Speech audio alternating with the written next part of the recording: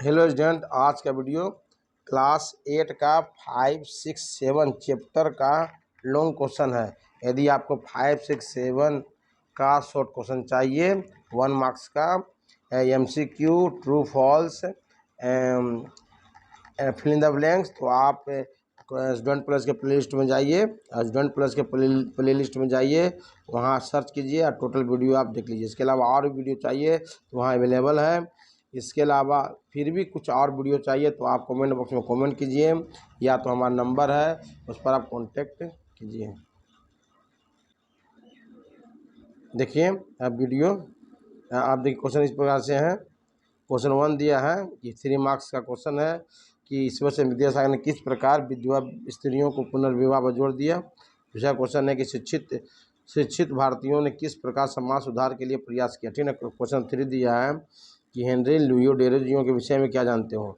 देखिए हम क्वेश्चन पढ़ रहे हैं, आंसर आप लोग नोट कर लीजिए अच्छी तरह से। वीडियो बढ़ाना बन जाए इसलिए हम आंसर इसका नहीं पढ़ रहे हैं। क्वेश्चन 4 दिया है कि स्त्री शिक्षा के लिए नारियों का क्या योगदान रहा। क्वेश्चन 5 दिया है स्वामी दयानंद सरस्वती कौन थे, नारी शिक्षा का प्रसार कब देखने को मिला, सर सैयद अहमद खान के सुधारों का मुख्य उद्देश्य क्या थे। क्वेश्चन 8 दिया है कि स्वामी दयानंद सरस्वती अवार समाज के विषय में क्या जानते हो। क्वेश्चन 9 दिया है मुसलमान समाज का सुधार किस बार लिया गया। क्वेश्चन नेक्स्ट दिया 10 दिया है कि हरिश्चंद्र कौन थे, उन्होंने संथाल विद्रोह के बारे में क्या लिखा है। क्वेश्चन 11 है कि मोपाल विद्रोह क्या था। क्वेश्चन नेक्स्ट दिया है कि नील की खेती में भारतीयों में अंतर क्यों था। ठीक ना। अब देखिए क्वेश्चन नंबर 5 मार्क्स का क्वेश्चन है कि सत्य प्रथा विरोधी आंदोलन और विधवा विवाह के समर्थन में आंदोलन की समन्वताएं का वर्णन करो। विद्यासागर ने नारी शिक्षा के लिए किस प्रकार प्रयास किया था। ओके, क्वेश्चन नंबर देखिए आंसर लिख लीजिएगा। क्वेश्चन 2 दिया ब्रह्म समाज की मुख्य बातें क्या थी, आंदोलन की कमियों का वर्णन कीजिए। इसको भी आंसर लिख लीजिएगा अच्छे तरह से। क्वेश्चन 3 दिया संथाल हुल विद्रोह तथा नील विरोधी विद्रोह की तुलना करो।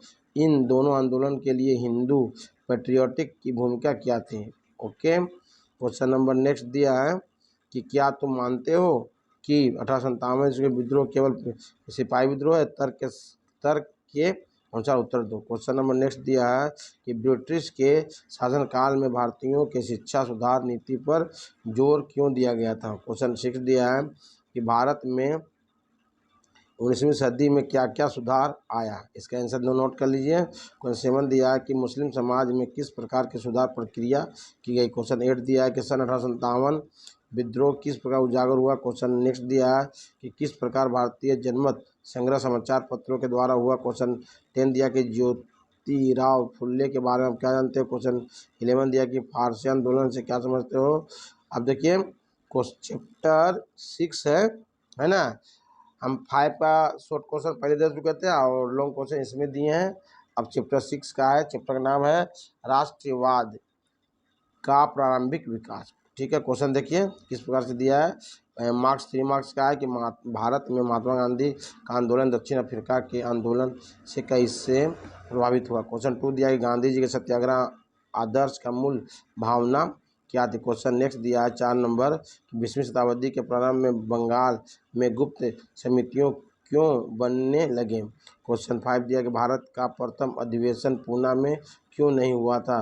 क्वेश्चन 6 दिया कि निर्दिष्ट संगोष्ठी समाज संरक्षण को किसने आगे बढ़ाया। क्वेश्चन 7 दिया कि राजनीतिक चेतना को जगाने का प्रयास किस तरह किया गया था। क्वेश्चन नेक्स्ट दिया है कि राजनीतिक नज़रिए से ह्यूम क्या चाहते थे। क्वेश्चन नेक्स्ट दिया कि सन 1837 से 1883 ईस्वी तक विभिन्न प्रतिवाद आंदोलन को संगठित हुए। क्वेश्चन 10 दिया कि कांग्रेस के अधिवेशन को 3 दिन का तमाशा क्यों कहा जाता था। क्वेश्चन 11 दिया कि नरमपंथी अंग्रेजों के प्रति क्या सोच रखते थे। क्वेश्चन 12 दिया कि गरम दल की विचारधारा को बल किस प्रकार मिला। क्वेश्चन 13 दिया कि लाल बाल कौन थे। क्वेश्चन 14 दिया है कि सन 1907 ईस्वी के कांग्रेस के सूरत अधिवेशन का क्या महत्व है। क्वेश्चन 15 दिया कि मार्ले मिंटो सुधारों की समीक्षा कीजिए। क्वेश्चन 16 दिया कि कुछ सभा समितियों का उल्लेख कीजिए। क्वेश्चन 17 दिया कि लॉर्ड कर्जन के प्रशासनिक सुधार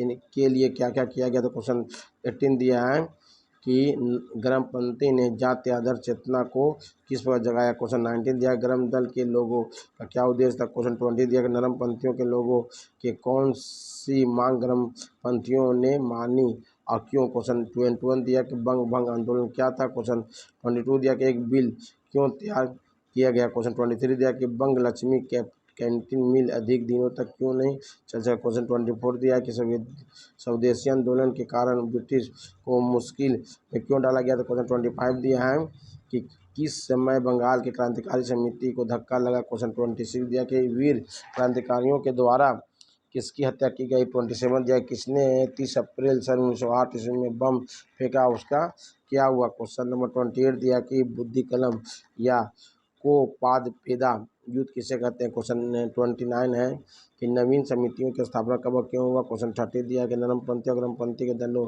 के बीच में कौन कौन सी बातें नहीं मिलती थी। क्वेश्चन आप देखिए 5 मार्क्स क्वेश्चन है कि राष्ट्रवादी कांग्रेस की स्थापना में ह्यूम की भूमिका की समालोचना कीजिए। क्या ह्यूम के नहीं होने पर राष्ट्रवादी कांग्रेस की प्रतिष्ठा होती। अपने उत्तर तर्कपूर्ण दीजिए। ठीक है, इसका आंसर देखिए लिखा हुआ अच्छी तरह से इसे नोट कर लें, है ना। क्वेश्चन 2 दिया है कि अर्थनीति राष्ट्रवाद का मूल तथ्य क्या था। इसके प्रति तुम स्वदेशी आंदोलन कौन से प्रयुक्त पाते हैं। तर्कपूर्ण उत्तर दें। इसका भी आंसर देखिए बहुत अच्छी तरह से नोट कर लें, है ना। क्वेश्चन 3 दिया कि उग्रपंथी आंदोलन का मूल व्यक्ति क्या था। उनके आंदोलन धर्म में प्रतीत को तुम क्या समर्थन करते हो। तर्कपूर्ण उत्तर दो। इसका भी आंसर नोट कर लीजिए, ठीक है। क्वेश्चन नंबर 5 दिया गर्मपंथी नेताओं ने किस प्रकार हर भारतीयों का मनोबल को ऊंचा किया था। क्वेश्चन नेक्स्ट दिया है कि मार्ले मिंटो सुधार कानून क्या था। क्वेश्चन अब देखिए चैप्टर 7 दिया 5 6 का हम लोग क्वेश्चन दे चुके हैं, दे दिए ना। अब 7 दे रहे हैं क्या। चैप्टर का नाम है कि भारत के राष्ट्रीय आंदोलन का आदर्श अपरिवर्तन। ठीक है, चैप्टर 7 है। क्वेश्चन क्या दिया है, 1 नंबर 3 मार्क्स क्वेश्चन है कि भारत में महात्मा गांधी का आंदोलन दक्षिण अफ्रीका का आंदोलन कैसे प्रभावित हुआ। ठीक ना, देखिए इसका आंसर नोट कर लीजिएगा। क्वेश्चन सेकंड दिया है कि गांधी जी क्या के सत्याग्रह आदर्श की मूल भावना क्या थी। क्वेश्चन नंबर नेक्स्ट दिया 3 नंबर कि स्वराज पंथियों के आंदोलन की मुख्य मांगे क्या क्या थी। इसका आंसर नोट कर लीजिए। क्वेश्चन नंबर 4 दिया कि किसे क्यों श्रीमान गांधी कहा जाता है।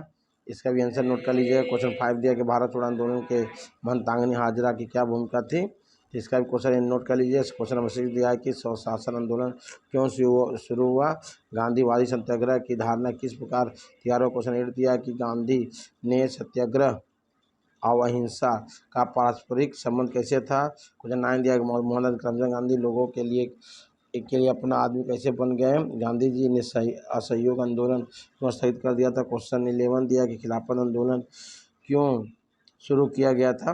ठीक है, क्वेश्चन नंबर 12 दिया कि कांग्रेस खिलाफत स्वराज की स्थापना कैसे हुई। साइमन कमीशन का विरोध क्यों हुआ। दिल्ली समझौता क्या था।